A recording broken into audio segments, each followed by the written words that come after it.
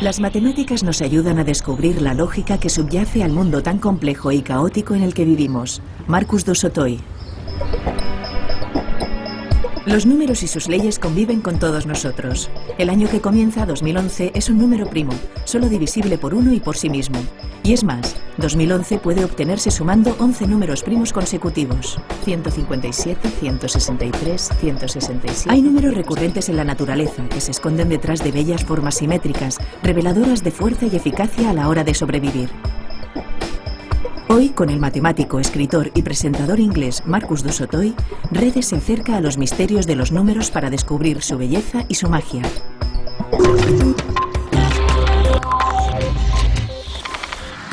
He leído tu maravilloso libro sobre simetría, Marcus, y me encantaría que los telespectadores sintieran lo mismo que sentí yo durante las primeras páginas, cuando tú evocabas o recordabas tu infancia, cuando alguien, creo que fue un profesor. Sí, fue un profesor, sí. Te contó algo sobre las matemáticas y te dijo, tú lo que necesitas es saber de qué tratan en realidad las matemáticas, ¿no? Gracias a él descubriste un libro con algunos números que luego resultó que eran los de la sucesión de Fibonacci, ¿verdad? Exacto, sí. ¿Por qué no nos recuerdas lo que pasó y de paso tal vez logremos saber en qué consisten realmente las matemáticas? Creo que mi profesor intentó revelarme exactamente eso, de qué tratan en realidad las matemáticas. De hecho, de niño yo no quería ser matemático. Es verdad, querías ser espía. Sí, sonaba tan glamuroso. Y empecé a aprender muchos idiomas porque me percaté de que necesitaría comunicarme con los espías rusos. Pero los idiomas me parecieron muy frustrantes, llenos como estaban de verbos irregulares y con una ortografía que parecía no tener sentido. Yo buscaba algún tipo de lógica y estructura. También me gustan las actividades creativas. Me encanta la música, hago mucho teatro. De hecho, el espacio donde estamos ahora es el mismo en el que estamos preparando una obra de teatro matemática. Por eso te he traído a este lugar de la Oxford University. Déjame advertir a los telespectadores de que de vez en cuando puede pasar un tren. Sí, que no se preocupen cuando suceda. No es que vibre su salón, es solamente un tren. Estamos justo debajo de una estación ferroviaria. Un ferrocarril. El caso es que me encantan las actividades creativas. Y parecía encaminado a ellas, pero entonces, a los 12 o 13 años, tuve un profesor que me dijo en plena lección: Du Sautoy, quiero hablar contigo cuando termine la clase. Pensé que me había metido en un lío, pero el profesor me llevó aparte y me dijo: creo que deberías saber de qué tratan en realidad las matemáticas porque no se limitan a lo que hacemos en clase. No se reducen a las divisiones largas y a los porcentajes, son mucho más apasionantes. Y me recomendó algunos libros, entre los cuales había uno llamado sorprendentemente El lenguaje de las matemáticas, que me abrió los ojos a estas historias. En el campo matemático a menudo aprendemos el lenguaje y la gramática, pero nadie nos cuenta la historia realmente importante. Eso es lo que hizo mi profesor por mí al recomendarme esos libros. De repente, leí sobre la sucesión de Fibonacci y las fantásticas historias que se escondían tras esos números. Recuérdanos en qué consiste la sucesión de Fibonacci. Es una secuencia de números. Empieza así: 1, 1, 2, 3, 5, 8. Cada número se obtiene sumando los dos anteriores. Descubrí que los números de esta sucesión están entre los favoritos de la naturaleza porque los hallamos por doquier en el mundo natural. En las flores, por ejemplo. En el número de pétalos de una flor, por ejemplo. Lo que hizo mi profesor por mí mediante los libros que me recomendó es abrirme los ojos a un mundo mágico. ¿Conoces los números de Fibonacci? Son los que componen esta serie infinita. Salen de ir sumando las dos últimas cifras e ir añadiendo el resultado de esa suma. Estos números aparecen en multitud de formas y fenómenos de la naturaleza.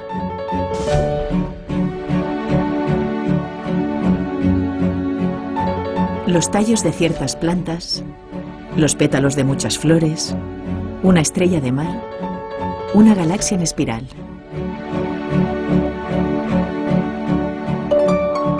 Tras la sucesión de Fibonacci todavía se esconde otro número. Un valor que de bien antiguo los humanos asociaron a las proporciones más perfectas y armoniosas, y que para muchos idealiza la belleza de cuanto nos rodea. Tan sorprendente que incluso se llegó a asociar con los dioses. Un número que empieza con 1,61803 y al que se puede añadir infinitos decimales más. Es el número de oro, el número áureo, la proporción divina. Una cifra con muchos nombres, pero que los matemáticos conocen como Phi. Phi es una proporción entre dos segmentos. Es el resultado de dividir dos distancias entre ellas. Muchas medidas de la naturaleza guardan una relación muy próxima a Phi. Por ejemplo, si dividimos nuestra altura por la altura a la que se encuentra nuestro ombligo, obtendremos un número cercano a 1,6. Además, de Phi también derivan otros patrones comunes en la naturaleza, como el ángulo áureo, que sale de representar la proporción áurea en un círculo. De este modo, Phi describe el orden de las hojas de una palmera, de las escamas de una piña, de las pipas en un girasol. Pero aunque Phi es una de las razones matemáticas que abunda en la naturaleza, no es la única.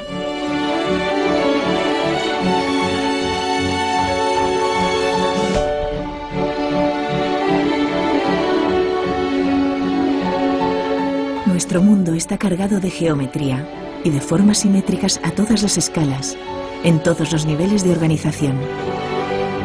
Desde la más diminuta molécula hasta el más colosal cúmulo de galaxias. Formas que podemos explicar con el lenguaje matemático. Para muchos, el lenguaje de la belleza.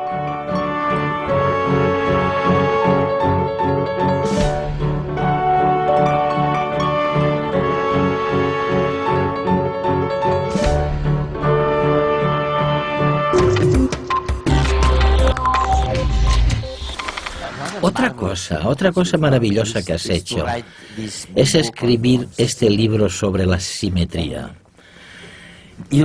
Con la simetría descubres algo que la mayoría de la gente no sabe, y es que la simetría está en el corazón de la naturaleza, puesto que es la manera que tienen los animales y las plantas de comunicarse.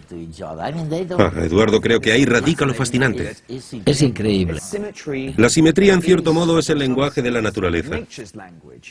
Ahí estaba yo, intentando aprender idiomas para llegar a ser un espía, cuando descubrí en ese libro que las matemáticas, en concreto la simetría, también constituyen un lenguaje asombroso. El abejorro del jardín, por ejemplo, tiene una visión muy mala, pero puede distinguir las formas simétricas y sabe que es más probable que tengan alimento. La flor, a su vez, quiere atraer a las abejas para que la ayuden a propagar el polen, así que cuanto más simétrica sea la flor, más posibilidades tendrá de que las abejas la vean y la visiten. Incluso los seres humanos la utilizan. Por lo general, si le muestras a alguien dos rostros, uno artificialmente más simétrico que el otro, y le preguntas cuál es más hermoso, todo el mundo suele decantarse por el rostro más simétrico. El más simétrico. ¿Y por qué ocurre? Pues porque es difícil lograr la simetría. La simetría es muy frágil. Tener un rostro muy simétrico significa contar con un buen ADN y con un buen proceso de desarrollo, lo cual comunica información de que somos una buena pareja. Por eso nos atrae la simetría, porque la simetría transmite información sobre lo buenos que somos como parejas. Pero vamos a ver, ¿cómo es posible encontrar simetría también en las rocas? Es cierto, el mundo inanimado también está repleto de simetría. Otra cosa que hay que tener clara sobre la simetría es que para la naturaleza resulta increíblemente eficaz. Por ejemplo, si soplo para formar una pompa de jabón, esta tenderá a adquirir una forma esférica, que en cierto sentido es la más simétrica, porque se trata de un estado de bajo consumo energético. La simetría es muy eficaz para compactar objetos y darles fuerza. Por ejemplo, el motivo por el que los diamantes son tan resistentes es que el carbono está dispuesto en forma de tetraedro, y esa simetría es increíblemente resistente.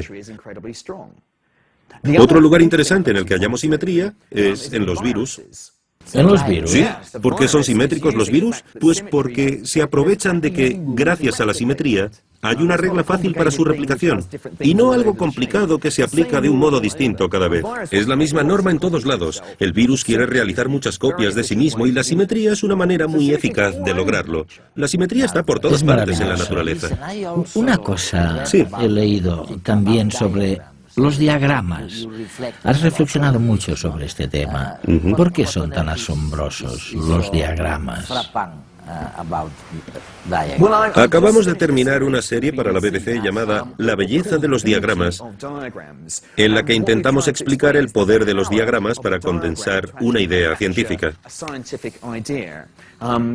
Por ejemplo, en la televisión de Inglaterra hemos emitido un programa que se centraba en el diagrama de Copérnico sobre el sistema solar heliocéntrico. Era un diagrama bellísimo. Copérnico fue el primero que situó el Sol en el centro del sistema solar. Esto fue hace 400. Más de 500, y fue una idea increíblemente revolucionaria porque transformó nuestro lugar en el universo, pero lo hizo mediante un diagrama sencillísimo. Ese gráfico logró trasladar la idea, probablemente por primera vez en la historia, de que los seres humanos no eran el centro del universo. Sí, y el libro que escribió Copérnico tenía más de 400 páginas y estaba lleno de palabras, cifras y ecuaciones. Sin embargo, ese diagrama tan sencillo del principio lo resume todo. No hay que seguir leyendo, con verlo basta para saber que el Sol está en el centro del sistema solar. Nos considerábamos el centro de todo y hubo que desechar esa concepción. Ni siquiera estamos en el centro de la Vía Láctea. El Sol está situado en un borde de esta galaxia espiral. Pero creo que resume el poder de las matemáticas, puesto que...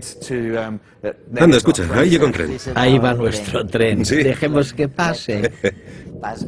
Es fantástico. Sí, crea ambiente y todo. Es un tren de pasajeros con destino a Londres. A Londres, bueno, es fantástico, oye.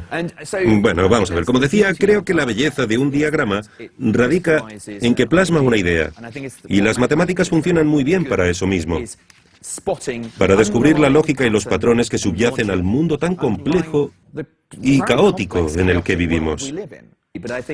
Creo que tanto las imágenes como las matemáticas trascienden las culturas. Tal vez los telespectadores de tu programa tengan problemas para entenderme en inglés y habrá que traducir lo que digo al español. Pero las ideas matemáticas sobre la simetría, sobre la sucesión de Fibonacci o sobre los números primos, otra de mis obsesiones, van más allá de las culturas y creo que incluso trascienden el espacio intergaláctico. Si estuvieran entrevistándome desde la otra punta del universo, nuestra biología podría ser distinta y nuestra química, incluso la física, pero creo que las matemáticas serían exactamente las mismas. Es increíble. Has mencionado los números primos. Tenía mis dudas, y no sabía si preguntarte sobre ellos, porque yo mismo nunca he entendido bien lo que eran. No eres el único. Los matemáticos tampoco acabamos de entenderlos. Son un gran misterio. ¿Habría alguna posibilidad de explicárselo un poco a nuestros telespectadores? Claro. Mi primer libro, que se tradujo al español, se centraba en el misterio de los números primos. ¿Y qué es un número primo? Pues un número indivisible como el 7 o el 17. Estos números empiezan así: 2, 3, 5, 7. El 9 no, porque el 9 es multiplicado por 3. Así que pasamos al 11, 13. El 15 no, porque es 3 multiplicado por 5. Luego tenemos el 17, 19, etc. Estos números son los más importantes de las matemáticas porque todos los números se forman multiplicando los primos entre sí. Así pues, un número como 105 sería 3 multiplicado por 5 multiplicado por 7. Fíjate en esta serie. Es la de los números primos. Números que si los divides por cualquier otro que no sea ni uno ni el mismo, dan como resultado un número fraccionario, es decir, algo coma algo. Números que solo dan un entero si los divides por sí mismos y por la unidad. Los primos son a los números como los átomos a la materia. Al igual que cualquier cosa se puede dividir en átomos, cualquier número se puede dividir en números primos. Siguiendo con la serie, tras el 17 vendrían el 19, el 23, el 29... Pero hasta la fecha no existe ninguna fórmula matemática que nos permita predecir cuál será el siguiente número primo. No existe una regla como en la serie de Fibonacci, por ejemplo. Eso sí, aunque no conocemos ninguna regla para predecirlos, sabemos que hay infinitos primos. Millones, billones, billones de billones de billones. ¿Pero cómo lo sabemos?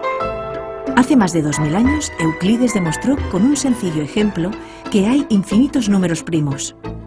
Imagina que solo conoces estos 4 primos y quieres saber si existen más.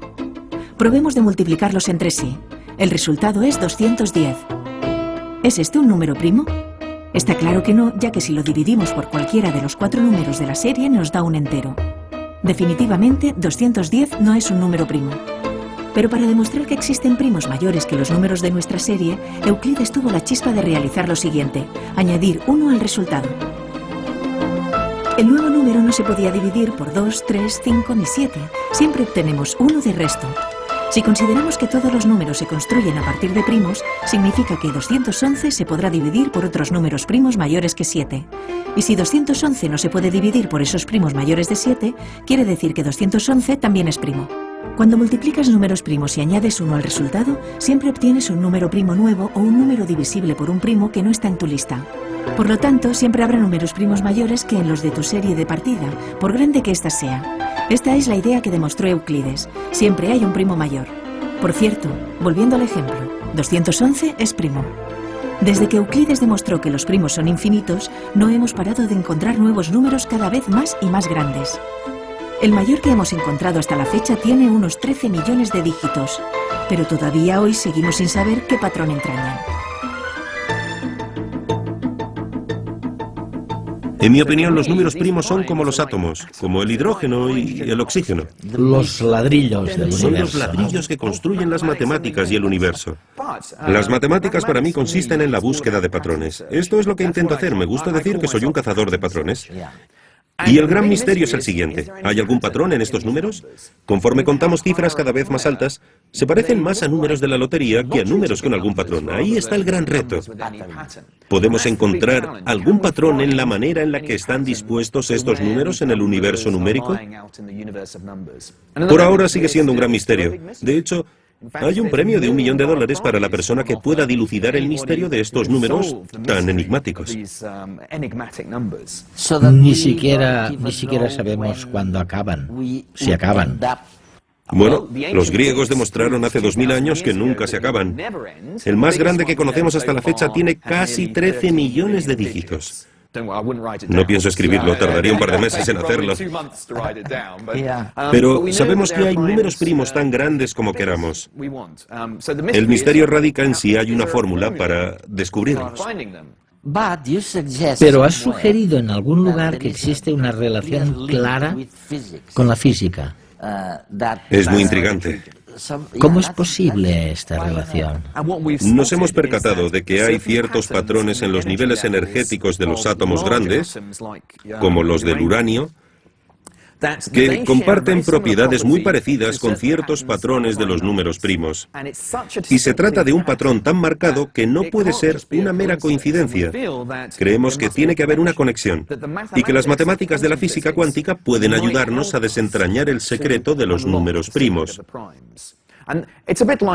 Es como si un arqueólogo descubriera los mismos jeroglíficos egipcios en Sudamérica y en Egipto y se dijera, no puede ser una coincidencia. Tiene que haber una conexión entre ambas culturas. Eso mismo pensamos ahora con los números primos, que tiene que haber una conexión entre los primos y este aspecto de la física cuántica. Y si encontráis la conexión, ¿qué significaría? Podría tener consecuencias devastadoras para Internet. ¿Por qué? Porque los números primos pueden sonar como un concepto matemático críptico y esotérico, pero constituyen la base de la criptografía de Internet. Cada vez que mandas por Internet información sobre tu tarjeta de crédito de un modo seguro, no quieres que nadie pueda acceder a los datos de tu tarjeta de crédito. Y utilizamos algunas propiedades especiales de los números primos para encriptar la información de la tarjeta de crédito y hacerla ilegible. Para deshacer ese cálculo hay que entender algo sobre los números primos que ahora mismo desconocemos, pero sería posible que alguien que entendiera bien cómo funcionan los primos pudiera descifrar los códigos.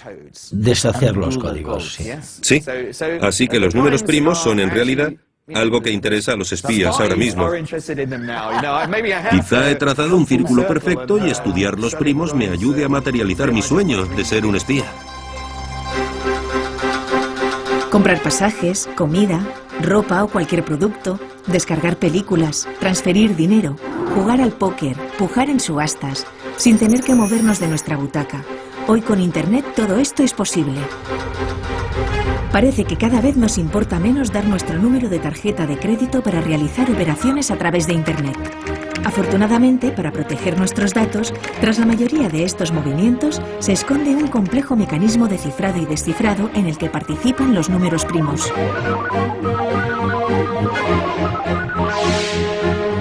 Las dos claves para encriptar un número de tarjeta de crédito son dos números primos. Pero son primos muy grandes, de más de 60 dígitos cada uno. Pese a su tamaño, cada uno solo se puede dividir por él mismo y por uno. De aquí que sean primos. Se multiplica uno por el otro. Multiplicar dos números primos tan grandes no es muy difícil. Solo falta saberse las tablas y armarse de paciencia. Y el resultado da una cifra de más de 120 dígitos. Esto es mucho. Imagínate. Ni el número estimado de átomos de nuestro universo alcanza las 120 cifras. Pero invertir este proceso, es decir, hallar los dos primos que multiplicados dan ese número colosal, resulta un trabajo extraordinariamente laborioso. Para que te hagas una idea, en los años 70, la revista Scientific American planteó a sus lectores un número de 129 cifras cuyos dos factores primos tardaron 17 años en descubrirse. Además, en esa tarea participaron unas 600 personas. La complicación para hallar estas dos claves recae en el hecho de que el misterio de los primos sigue sin desvelarse, pero la criptografía basada en este método está en jaque. Hace un siglo y medio, el matemático Bernard Riemann planteó una hipótesis que podría desenmascarar este patrón, pero que aún no se ha podido demostrar. Demostrar la hipótesis de Riemann figura como uno de los 7 problemas del milenio que plantea el Instituto Clay de Matemáticas.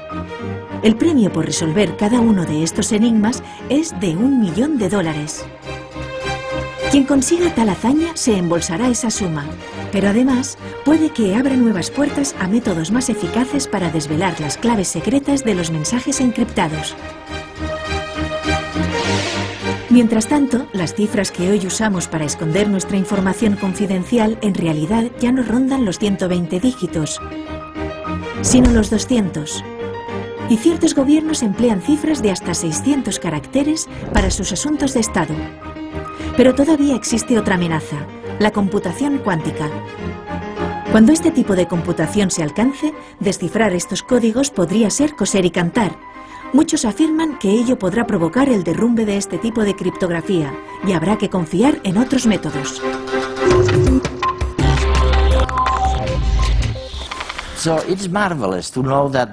Me parece maravilloso saber que ahora ocupas la cátedra para la comprensión pública de la ciencia. En redes, en el programa para Televisión Española, llevamos unos 15 años trabajando con este objetivo.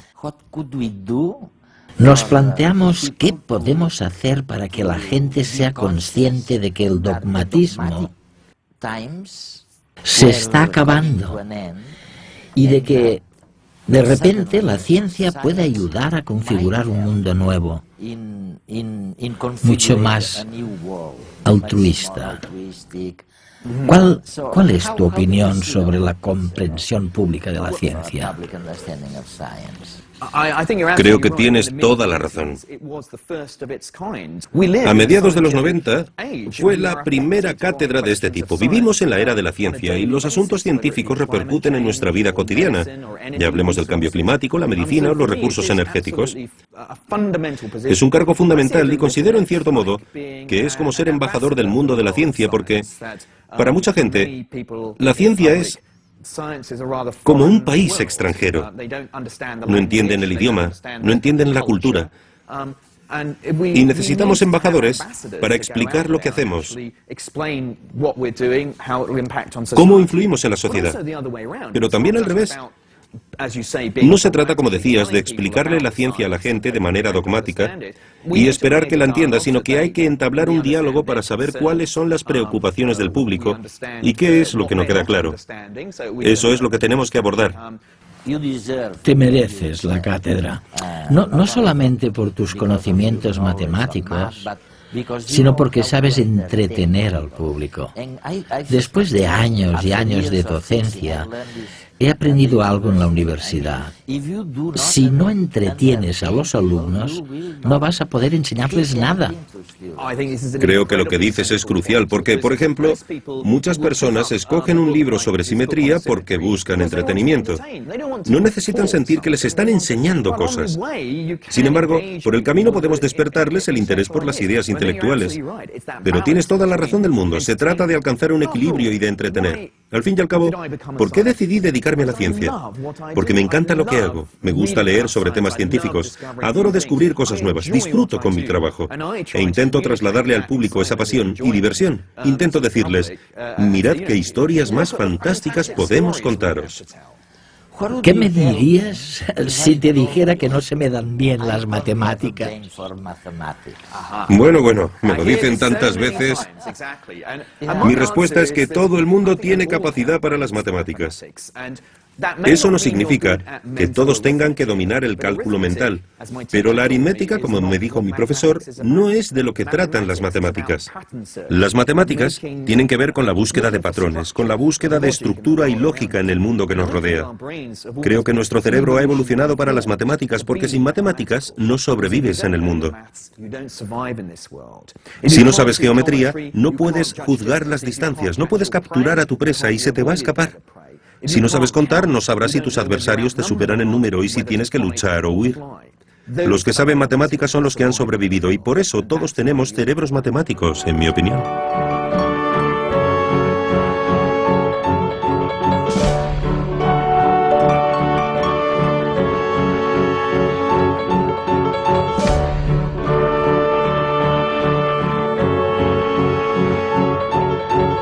Las matemáticas sostienen toda la ciencia y la tecnología que conocemos hoy. Marcus du Sautoy.